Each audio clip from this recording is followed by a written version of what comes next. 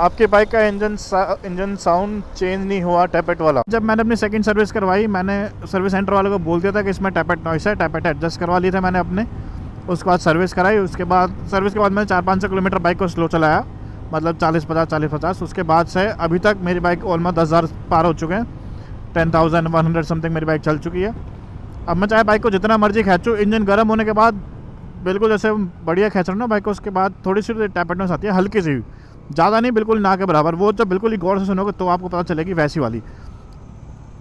लेकिन उसके 10 मिनट बाद खड़ी कर दो बाइक तो टैपेट नॉइस जो है वो चली जाती है। मतलब ये मान लो कि ऑलमोस्ट ना के बराबर ही टैपेट नॉइस अब मेरी बाइक के अंदर बची है।